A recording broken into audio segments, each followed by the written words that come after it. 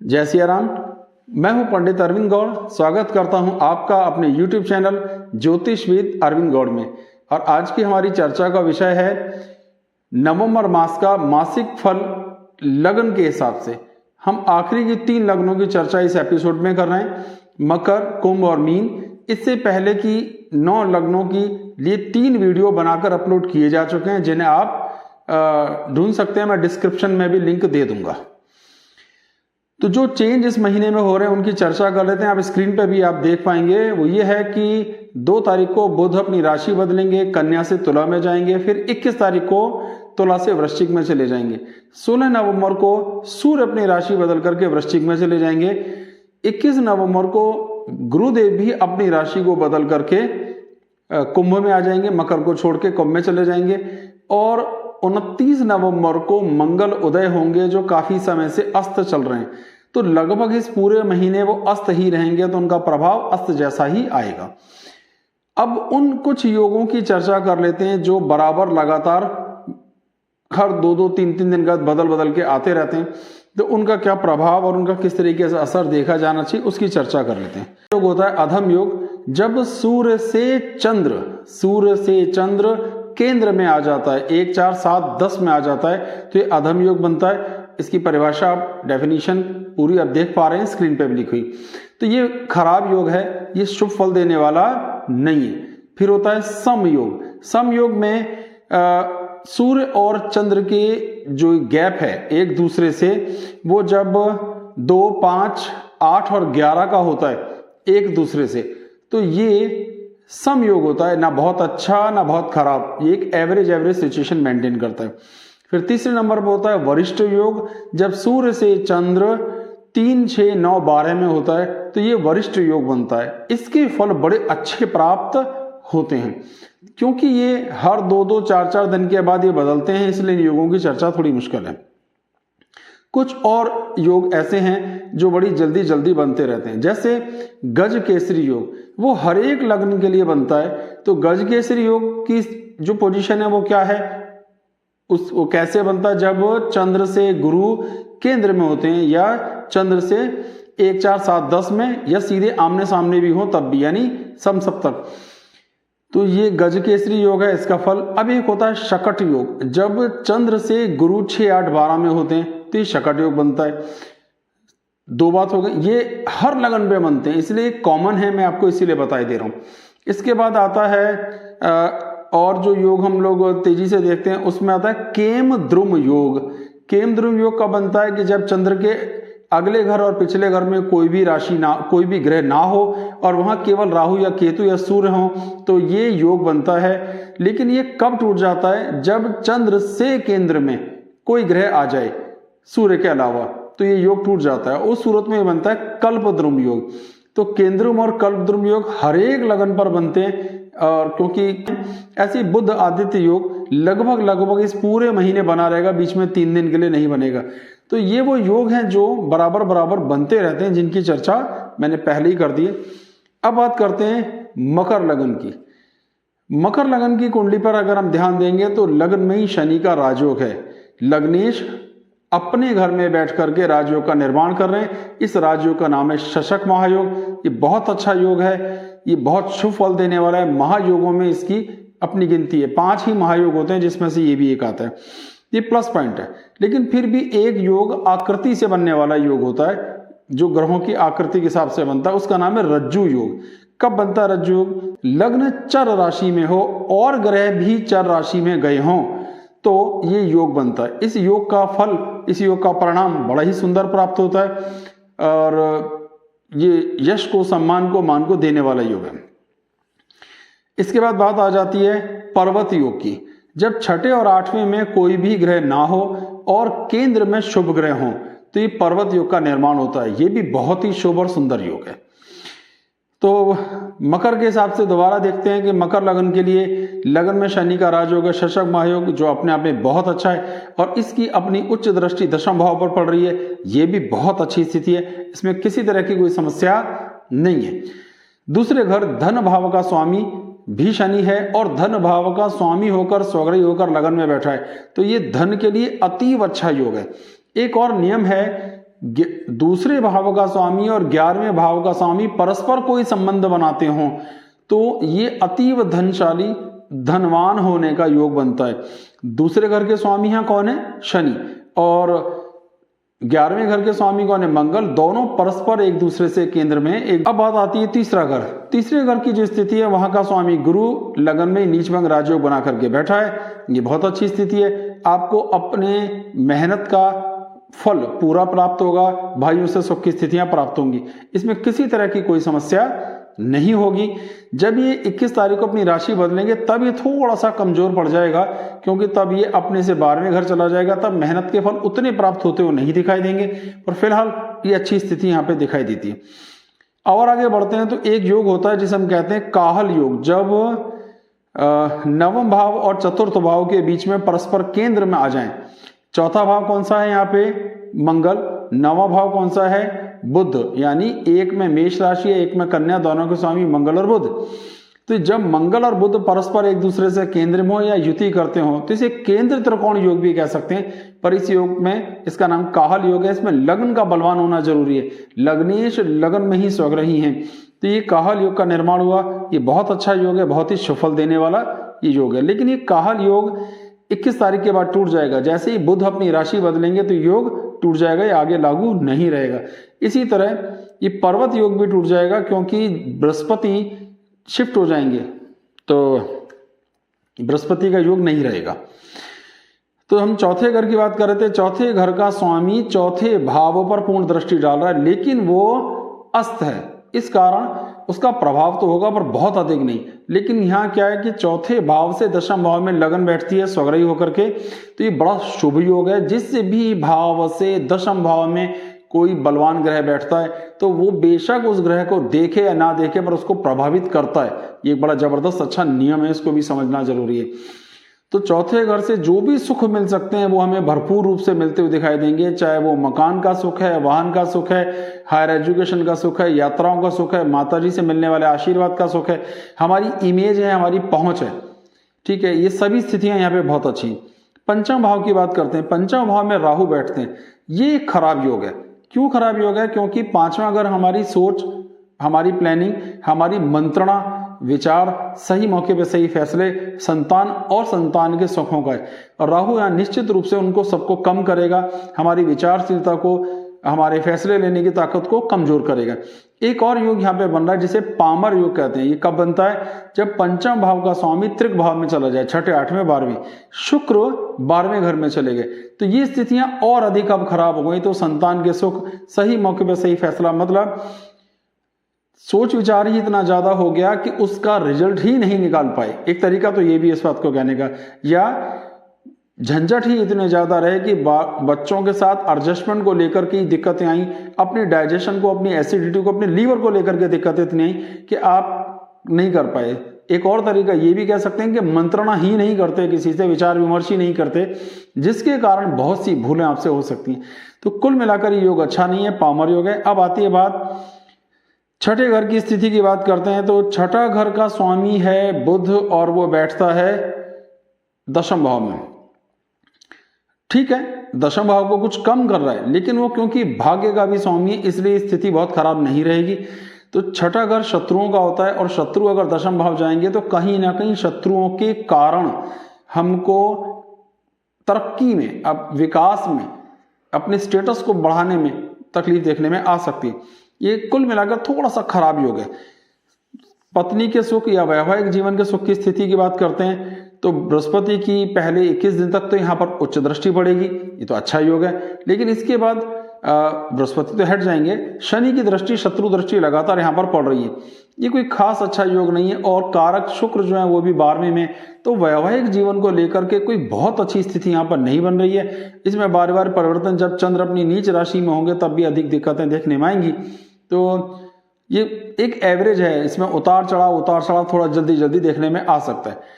अष्टम भाव की बात करते हैं तो अष्टम भाव का जो स्वामी है वो है सूर्य। वो अपनी नीच राशि और नीच भंग, अब वो एक्चुअली नीच में नहीं है, अपनी शत्रु राशि में, तो केंद्र में गया। ये भी बहुत अच्छा योग नहीं है। छठे का स्वामी भी दशम भाव में चला गया, अष्टम का स्वामी भी वहां चला गया, और उस भाव का स्वामी, दशम भाव का स्वामी कहाँ चला गया? 12वें में।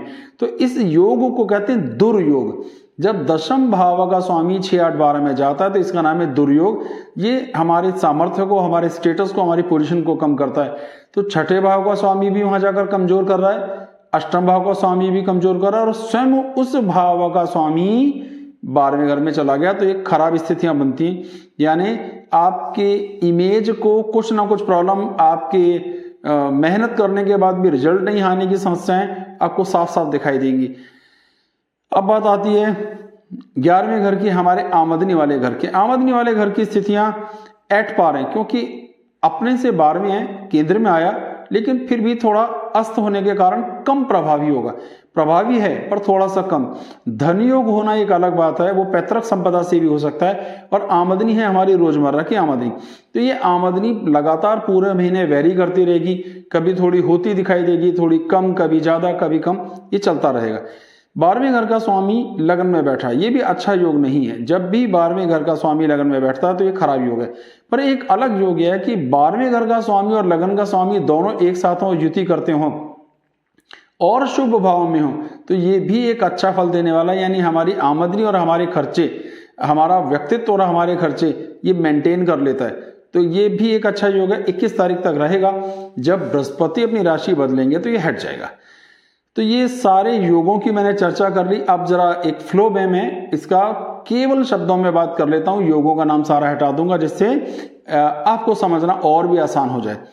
लग्नेश लगन में है, बहुत अच्छी स्थिति है, शनि का राजयोग बना रहे हैं, तो सेहत के हिसाब से, संपदा के हिसाब से, व्यक्तित्व के हिसाब से बहुत अच्छी स्थिति है, यहाँ पर कोई नुकसान नहीं है। बृहस्पति भी लगन में शुभ ग्रह है, अच्छा है, प्लस पॉइंट है, इसमें कोई समस्या की बात नहीं है।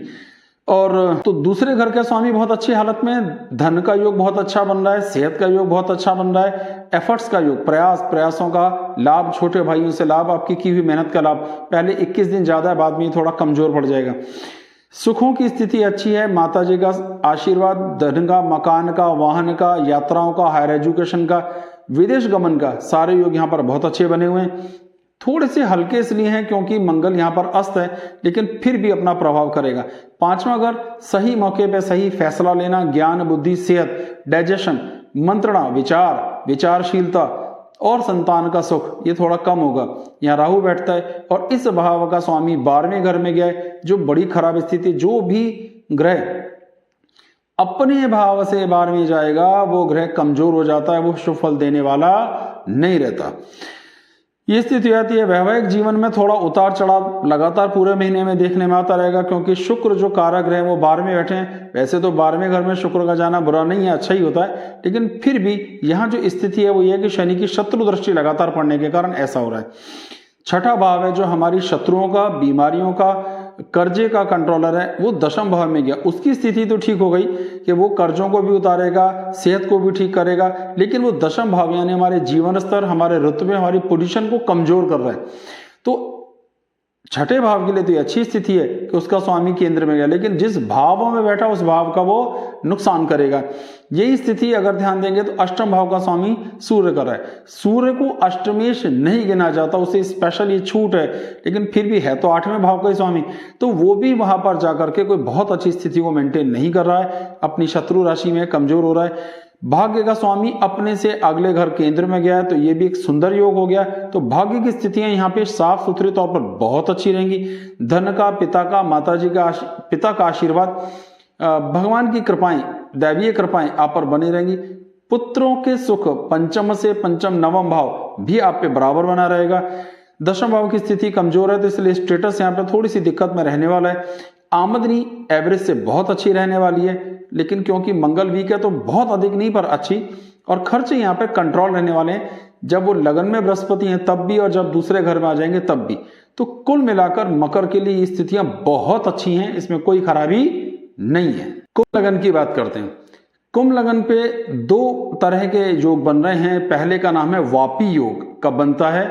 जब केंद्र में कोई भी ग्रह ना हो, इसमें राहु केतु की छूट है क्योंकि वो छाया ग्रह, तो केंद्र के अतिरिक्त सारे ग्रह बाहर हों, केंद्र में एक भी ग्रह ना हो, तो ये वापी योग का निर्माण होता है। ये भी अच्छा फल देने वाला है। एक और योग होता है शंख योग, इसका भी निर्माण हो रहा है। ये कब बनता है? जब लग्नेश और दशमेश यहाँ लग्नेश कौन है? शनि, दशमेश है मंगल, परस्पर एक दूसरे से केंद्र में हो तो ये योग का निर्माण होता है। और इस योग में 30 भाग्येश बलवान होना चाहिए। तो भाग्य का स्वामी अपने से तीसरे घर 11वें घर में बैठते हैं शुक्र, तो ये शंख योग का निर्माण हो रहा है। ये बहुत अच्छे योग है, दोनों ही बड़े शुभ फल देने वाले योग हैं। तो लगन की बात करते हैं तो लगन के स्वामी 12वें घर में है, तो ये अच्छी स्थिति नहीं है, इसे अवयोग कहते हैं, क्योंकि इसमें एक तरह का लग्न दोष भी है, क्योंकि शनि वहां पर स्वग्रही हैं। तो इस योग का भी एक अलग से नाम है जो मैं आपको अभी बता दूंगा, विमल योग कहते हैं। तो ये भी बहुत अच्छा योग है, इसलिए ज्यादा खराब स्थिति नहीं है। दूसरे घर का स्वामी 12वें घर में, जब दूसरे घर का स्वामी 6ठे 8वें 12वें जाता है, इसे निःस्वह योग कहते हैं, यानी आपके पास पैतृक संपदा का लोप हो जाता है, खर्च हो जाती है, सब ठिकाने लग जाती है या मिलती ही नहीं, जैसा भी चाहे इस बात को कहा जा सकता है। तो कमाई हुई संपत्ति खर्च हो जाती है बुजुर्गों ने जो आपको दी है। लेकिन जब 21 तारीख को बृहस्पति लगन में आ जाएंगे तो ये योग उतना ही मीठा हो जाएगा और फिर बड़े लंबे समय तक ये अच्छा योग बना रहेगा, तो इसमें कोई समस्या नहीं आएगी देखने में।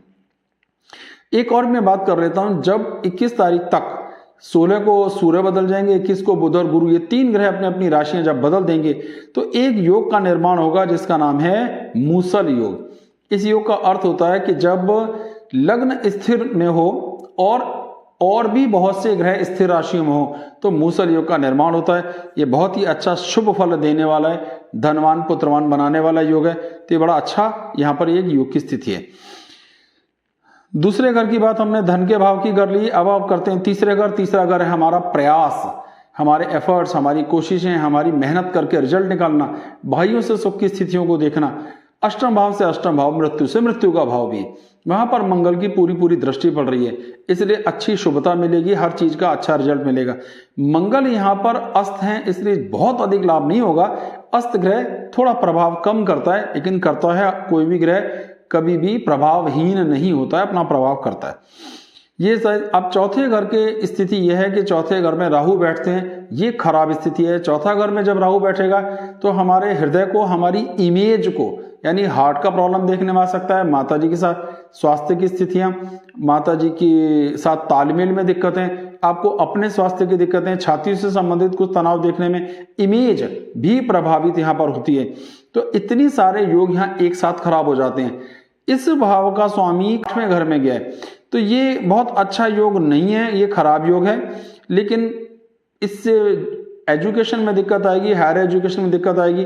अगर आप कुछ और बड़ी पढ़ाइयाँ जैसे पीएचडी इस तरह से करने का प्रयास कर रहे हैं तो उसमें भी दिक्कतें देखने आएगी। मकान वाहन लेने में आपको दिक्कत आएगी, बल्कि लेना ही नहीं चाहिए इस पूरे महीने, जिससे कि स्थितियां थोड़ी मेंटेन हो जाए।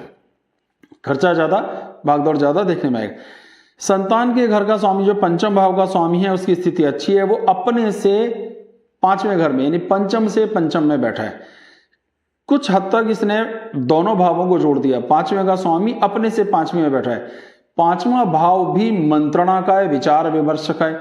9वां भाव भी, क्योंकि उसी भाव से भाव दिख रहा है, तो वो भी मंत्रणा का है। तो ऐसे लोगों में सोच विचार, प्लानिंग बनाना, सलाह देना, यानी मंत्रणा, मंत्री का काम क्या है? मंत्रणा। तो मंत्री बराबर योग, मंत्री बराबर सामर्थ्य हासिल करना, मंत्रणा देने की ताकत होना, सलाह देने की ताकत होना, ये बहुत अच्छा योग है। संतान का योग बहुत अच्छा, पढ़ाई लिखाई, पोजीशन, बच्चों की तरफ से कुछ अच्छी खबरें प्राप्त होना, मतलब बच्चों की कामयाबियां, बच्चों के सुख प्राप्त होने का यहाँ पे योग रहेगा। जब बृहस्पति लगन में आ जाएंगे 21 तारीख के बाद, तो इन कुंभ लगन वाले सभी जातक जातिकाओं के लिए विवाह का योग, और जो विवाहित हैं और संतान के इच्छुक हैं उनके लिए संतान प्राप्ति का योग भी बनेगा। ये बड़ी अच्छी स्थिति यहाँ पे रहने वाली। छठा घर का स्वामी चंद्र अपनी राशि जरा जल्दी बदलते हैं, तो थोड़ा उतार चढ़ाव, कभी शत्रुओं का, कभी पैसे ज्यादा आए, कभी कम, कभी खर्च ज्यादा हुआ, कभी कम, कभी कोई नाराज हुआ, कभी कोई मान गया, ये थोड़ा वेरी करेगा। बात करते हैं अब हमारे सप्तम भाव। सप्तम भाव घर वैवाहिक जीवन के सुख का है, और वहां का स्वामी सूर्य की स्थिति ये हो गई कि वो अपनी पहले नीच राशि में था, अभी शत्रु, तो वैवाहिक जीवन के तालमेल को लेकर कुछ दिक्कत होगी। पर फिर भी लग्न का स्वामी लग्नेश और सप्तम का स्वामी दोनों एक दूसरे से परस्पर केंद्र में, स्थितियां बहुत खराब नहीं होंगी, आपसी तालमेल सामंजस्य बना रहेगा। यह एक और योग बन रहा है जिसका नाम है केंद्र त्रिकोण योग, जो 5वें और 7वें के स्वामी एक दूसरे के साथ तालमेल करते हैं। 5वें भाव का स्वामी कौन है? बुध। 7वें भाव का स्वामी कौन है? सूर्य। तो यहाँ पे सूर्य बुध की स्थितियां एक साथ आ रही हैं। तो ये योग बना केंद्र त्रिकोण योग, शुभ फल देने वाला है। चौथे और नौवें का, चौथे भाव का स्वामी कौन है? शुक्र। नौवें भाव का स्वामी भी शुक्र है, वो एक ही ग्रह, तो इसे भी एक केंद्र त्रिकोण योग समझा जाना चाहिए। तो पंचम भाव का स्वामी और दशम भाव का स्वामी आपस में एक साथ युति करते हैं तो ये एक राजयोग होता है। पांचवें भाव का स्वामी कौन हुआ? बुध। दशम भाव का स्वामी कौन हुआ? मंगल। तो ये भी एक अच्छी स्थिति है, मंगल और बुध यहाँ पे दोनों एक साथ हैं पहले 21 दिन। तो तीन तरह के यहाँ पे केंद्र त्रिकोण योग बने, जो तीनों मैंने आपको एक एक करके बताए। दोबारा बता देता हूं, चौथा और नौवां एक ही ग्रह है, उसके बाद में बन रहा है आपका पांचवां और सातवां, उसके बाद पांचवां और दसवां, ये तीन केंद्र त्रिकोण योग यहाँ पे बने जो बड़े अच्छे अच्छे योग हैं। इनके फल भी मैंने बता दी। अब आता है भाग्य की स्थिति। भाग्य का स्वामी अपने से तीसरे या त्रिकोण में बैठा है, बहुत अच्छी स्थिति है, कोई खराब स्थिति यहाँ पे नहीं है, किसी तरह के यहाँ कोई समस्या होने का योग नहीं बनता है। लाभ है, आनंद है, धन का योग भी बनेगा, पिता से सुख का भी योग बनेगा, पिता के आशीर्वाद, ईश्वर की कृपा, दैवीय कृपाएं प्राप्त होंगी। बृहस्पति के 12वें में होने पर भी दैवीय कृपाएं थोड़ी बनी रहती हैं, और जब लगन में आ जाएंगे तब भी दैवीय कृपाएं बनी रहेंगी। तो ये स्थितियां बहुत अच्छी हैं। दशम भाव का स्वामी अपने से पिछले घर में है, लेकिन एक तरह से वो है तो केंद्र में, तो बहुत खराब स्थिति नहीं है, उसका भी अच्छा है। तो स्टेटस एक एवरेज हालत मेंटेन करेगा, बहुत अच्छा नहीं बहुत बुरा नहीं। लेकिन जब 21 तारीख तक सूर्य और बुध दोनों अपनी राशियां बदल करके यहाँ आ जाएंगे तब ये स्थितियां बड़ी अच्छी शुभ फल देने वाली हो जाएंगी, तब ये बहुत अधिक आनंद देने वाली हो जाएंगी। इसके बाद बात करते हैं हमारे आमदनी की। आमदनी का स्वामी जो है गुरु, पहले 21 दिन तक तो 12वें घर में, ये अच्छा योग नहीं है, लेकिन इसके बाद वो लगन में आ जाएगा तो ये बहुत ही सुंदर योग बन जाएगा। सारे योगों की चर्चा हो गई। विमल योग, जब 12वें घर का स्वामी 12वें भाव में स्वग्रही होता है तो इसे विमल योग कहते हैं। ये भी बहुत ही सुंदर योग है, खर्चों को कम करता है, खर्चे ज्यादा होते हैं लेकिन सही मुद्दे पे सही तरीके से पैसा खर्च होता है, तो कुल मिला के ये भी बड़ा अच्छा योग है। सारी समरी को फटाफट एक बार बता देता हूं। लग्नेश की स्थिति 12वें घर में होने के कारण थोड़ा सा कम अच्छा योग है, सेहत को लेकर के माइनर चिंता रह सकती है, थोड़ा ध्यान रखने की जरूरत है। धन योग पहले 21 दिन ज्यादा अच्छा नहीं है, लेकिन उसके बाद में धन की स्थितियां बहुत अच्छी रहने वाली हैं। प्रयासों का फल प्राप्त होगा, इसमें कोई समस्या नहीं है। सुखों का योग थोड़े कम है, माताजी का स्वास्थ्य, तालमेल की दिक्कतें, मकान वाहन इत्यादि के सुखों में थोड़ी कमी देखने में आएगी। संतान का योग बहुत अच्छा है, संतान से सुखों की प्राप्ति, पढ़ाई लिखाई, आपकी सेहत, आपका डाइजेशन की स्थितियां, मंत्रणा, विचार, सही मौके पर सही फैसले लेने की सामर्थ्य बहुत अच्छी बनी रहेगी, कोई भी समस्या नहीं। स्वास्थ्य की स्थितियां लमसम बिल्कुल ठीक रहेंगी। शत्रुओं के साथ तालमेल जरा थोड़ा एवरेज रहेगा।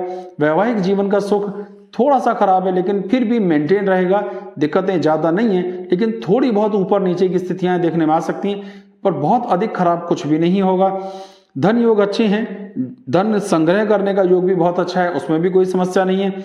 भाग्य की स्थितियां अच्छी हैं तो भाग्य का लाभ होता हुआ दिखाई देगा। दशम भाव की स्थितियां एवरेज हैं, तो स्टेटस बहुत तो नहीं बढ़ेगा, लेकिन फिर भी बिल्कुल ठीक है। तो आमदनी का जो पहले थोड़ा कम है, पहले 21 दिन थोड़ा सा कम है, पर उसके बाद बहुत अच्छा रहेगा कई महीनों तक, 1 साल से भी अधिक। और 12वें घर का स्वामी 12वें घर में स्वग्रही होता है, तो इसे हम एक खास तरीके से गिनते हैं, वो ये होता है कि ये खर्चों को संभाल लेता है। तो जो भी कुंभ लगन पे सारी स्थितियां थी वो मैंने आपके सामने बयान कर दी। मीन लगन की स्थिति है कि लगन के स्वामी नीच भंग राजयोग बनाकर 11वें भाव में बैठे हैं, ये अच्छी स्थिति है। चलिए, एक योग होता है जिसे हम कहते हैं नल योग। ये योग क्या होता है कि जब लग्न द्वितीय भाव राशि में हो और कोई और ग्रह भी द्वितीय भाव राशि में गए हो तो ये योग का निर्माण होता है, और इसमें लग्न बलवान होनी चाहिए। तो हमारा गुरु नीचभंग राजयोग बना रहा है, तो ये लग्न योग कोई बहुत अच्छा नहीं है, ये थोड़ा सा ज्यादा सोच विचार करने के कारण ये अवसर चूक जाते हैं, ये बहुत सारे मौकों का सही लाभ नहीं उठाते। तो कुछ हद तक ये ज्यादा अच्छा योग नहीं है, डबल नेचर्ड होते हैं द्वितीय भाव राशियों के कारण, तो सोच विचार ही ज्यादा करते हैं, तो ये थोड़ा कम अच्छा योग है। तो यहाँ लग्न की स्थिति की बात कर, अच्छा एक और योग मैं बता देता हूँ। पर्वत योग कैसे बनता है कि जब लग्न का स्वामी और 12वें घर का स्वामी दोनों आपस में किसी तरह युति करें, और इसमें कोई एक ग्रह बलवान होना जरूरी है। जब लग्न और 12वें भाव का स्वामी परस्पर एक दूसरे से केंद्र में हो, लग्न और 12वें भाव का स्वामी, लग्न क्या है गुरु की, 12वां घर शनि, गुरु शनि परस्पर एक दूसरे से केंद्र में, तो ये योग क्या सा बनता है, इसे भी पर्वत योग कहते हैं। इसमें लग्न के स्वामी की स्थिति अच्छी होनी चाहिए, जो है नीचभंग राजयोग बनने के कारण। तो बहुत बढ़िया स्थिति हो गई। अब बात आती है दूसरे भाव धन भाव की। धन भाव के स्वामी की स्थिति बेहद खराब है, क्योंकि वो 8वें घर में चला गया। अर्थ ये निकला, इसे कहते हैं निःस्व योग। आपको पैतृक संपदा के सुखों की कमी, जो जमा पूंजी हमारे पास थी, वो किसी ना किसी रूप में खर्च हो जाए, ब्लॉक हो जाए, किसी को दे दें और वापस ना आए, ऐसे सारे योग देखने में आ सकते हैं। दूसरे भाव का स्वामी है, जो तीसरा भाव हमारा आ गया, वहां राहु बैठते हैं। तीसरे घर में राहु का बैठना श्रेष्ठतम है, वो सबसे बढ़िया रिजल्ट देते हैं। और उस भाव का स्वामी शुक्र केंद्र में दशम भाव में, तो ये स्थिति बहुत अच्छी है।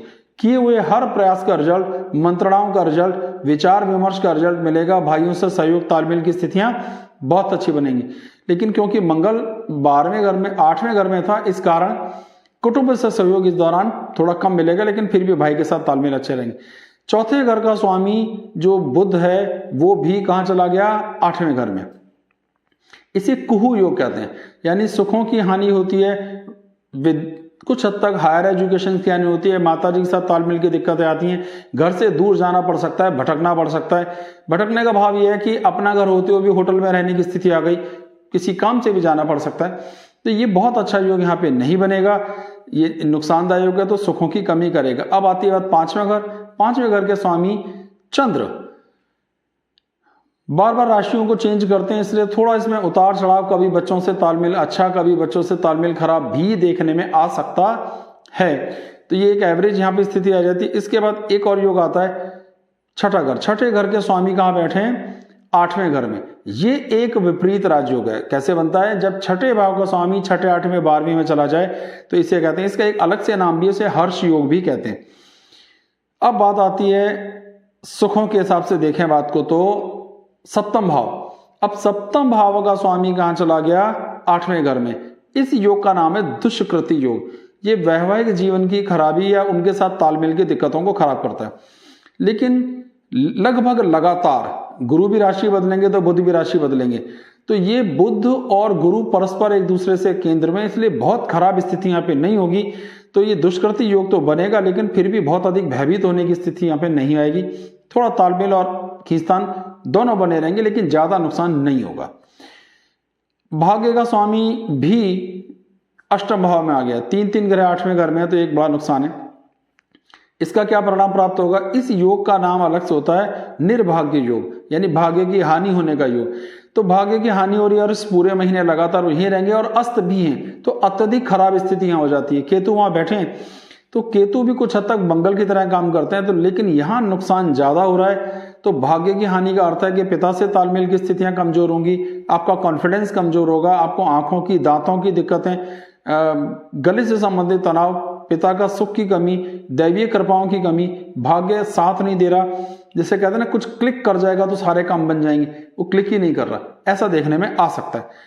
दशम भाव की जो स्थिति है वहां पर शुक्र बैठते हैं, वो ठीक है। दशम भाव के स्वामी अपने से अगले भाव में बैठे हैं, वो अच्छी स्थिति है। और लेकिन 21 तारीख के बाद जब शिफ्ट हो जाएंगे, आगे बढ़ जाएंगे और 12वें घर में आ जाएंगे, तो स्थितियों को खराब करेगा और लग्न दोष का निर्माण भी करेगा। तो ये योग लग्न दोष का भी निर्माण होगा, अब योग का भी निर्माण होगा, तो ये खराब स्थिति बन जाती है। ये बहुत अच्छी स्थिति यहाँ पे नहीं आएगी। 11वें भाव में 11वें भाव के स्वामी स्वग्रही हैं, ये बहुत अच्छा योग है। अच्छा, एक रूल ये है कि दूसरे भाव के स्वामी जो धन योग बनाते हैं और 11वें भाव का स्वामी जो आमदनी का है, दोनों में परस्पर कोई संबंध हो, तो दोनों एक दूसरे से केंद्र में हैं, एक दूसरे से परस्पर केंद्र में, तो ये भी धन योग की एक अच्छी स्थिति समझी जा सकती है। 12वें भाव के स्वामी का अपने से 12वें भाव में आकर स्वग्रही होना, खर्चों का कंट्रोल बना रहता है, यानी खर्चे बहुत ज्यादा नहीं होते, तो खर्च कम होना लेकिन ब्लॉक होना, ये एक अलग समस्या है। धीरे धीरे इतनी सारी बातें, 2-3 यहाँ पर केंद्र त्रिकोण योग बन रहे हैं, उनकी चर्चा कर लेते हैं। एक चौथे और 9वें के बीच में बन रहा है। चौथे भाव के स्वामी है बुध, 9वें भाव के स्वामी है मंगल, और ये दोनों एक साथ बैठते हैं। लेकिन क्योंकि अष्टम भाव में बन रहा है योग, इसलिए इसका कोई विशेष लाभ होगा नहीं। एक और राजयोग है 5वें भाव का स्वामी और 7वें भाव का स्वामी।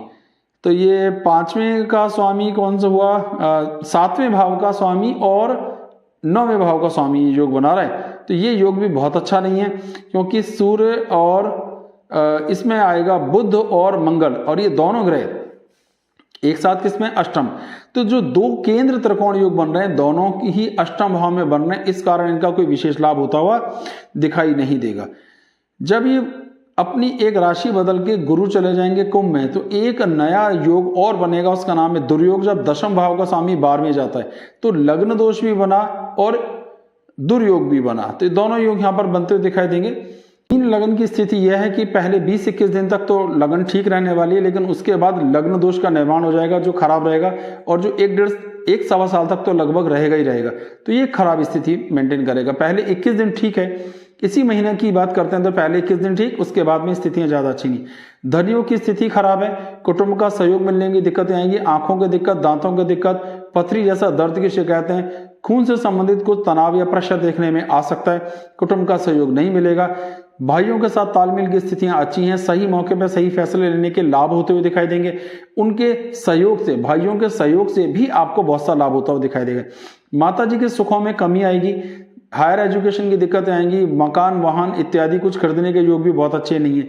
आपकी इमेज भी, जो पब्लिक इमेज होती है, लोग आपको जैसा सोचते हैं उसमें भी कुछ समस्या देखने में आ सकती है, क्योंकि उस भाव का स्वामी भी बुध खराब हालत में। संतान की स्थितियां अच्छी हैं, ज्ञान बराबर वैरी करता रहेगा, इसका अर्थ ही होगा कभी आप सही फैसले ले पा रहे हो कभी नहीं, तो थोड़ा कंफ्यूजन इसमें ज्यादा रहेगा। शत्रुओं के घर का कंट्रोलर 8वें घर में जाके विपरीत योग बना रहा है, इसलिए शत्रुओं पर विजय बनी रहेगी। कुल मिलाकर आप शत्रुओं से बहुत भयभीत नहीं होंगे। हेल्थ की स्थितियां भी यहाँ पे ठीक कुछ हद तक मेंटेन रह सकती हैं। वैवाहिक जीवन का सुख थोड़ा प्रभावित होगा, क्योंकि उसका स्वामी 12वें घर में चला जाएगा, तो निश्चित रूप से वैवाहिक जीवन को तनाव आएगा। लेकिन लगभग पूरे महीने, क्योंकि गुरु और शनि एक साथ राशियां बदलेंगे और परस्पर एक दूसरे से केंद्र में, तो ये बहुत अधिक भयभीत होने की स्थिति यहाँ पे नहीं है, यह सही स्थिति है। भाग्य की स्थितियां इसलिए कमजोर है क्योंकि भाग्य का स्वामी मंगल पूरे महीने 8वें घर में रहने वाला है, तो भाग्य का सुख, भाग्य के साथ मिलने वाले जैसे पिता का आशीर्वाद है, संतान की संतान, पौत्र पौत्रियों के सुखों में भी कमी देखने में आ सकती है। विचारशीलता कम होगी, सही मौके में, जिसे मंत्रणा कहते हैं, आकलन कहते हैं, उस आकलन में भी आपकी कमियां देखने में आएंगी। स्टेटस का स्वामी पहले 21 दिन तो अच्छा रहेगा, लेकिन फिर वो 12वें घर में जाके दुर्योग बनाएगा, क्योंकि दशम भाव के स्वामी को 12वें घर में नहीं होना चाहिए। तो निश्चित रूप से स्टेटस को लेकर के 21 तारीख के बाद से समस्याएं बढ़ेंगी। आमदनी का योग लगातार अच्छा बना रहेगा, खर्चों के योग लगातार यहाँ पे मेंटेन रहेंगे। कुल मिलाकर बहुत ईमानदारी से देखें तो मीन के लिए कोई बहुत अच्छी स्थिति नहीं है। कम से कम पहले 21 दिन के बाद भी लग्न का भी दोष बनेगा और दुर्योग भी बनेगा दशम भाव से, तो कोई बहुत अच्छी स्थिति तुरंत में भी बनती हुई दिखाई नहीं देती। तो सारी लग्नें हो गई, एक एक करके सभी के बारे में चर्चा हो गई। हमारे चैनल को सब्सक्राइब कीजिए, वीडियोस को लाइक कीजिए, आगे शेयर भी कीजिए, और आप अपनी जन्म कुंडली दिखाने के लिए संपर्क करना चाहते हैं तो मेरा जो व्हाट्सएप नंबर दिया हुआ है स्क्रीन पर आप देख पा रहे हैं, आप संपर्क कर सकते हैं। आपको कितनी और फीस और किस तरह से देनी है, ये सारी जानकारी आपको दे दी जाएगी। बहुत बहुत धन्यवाद। जय सिया राम।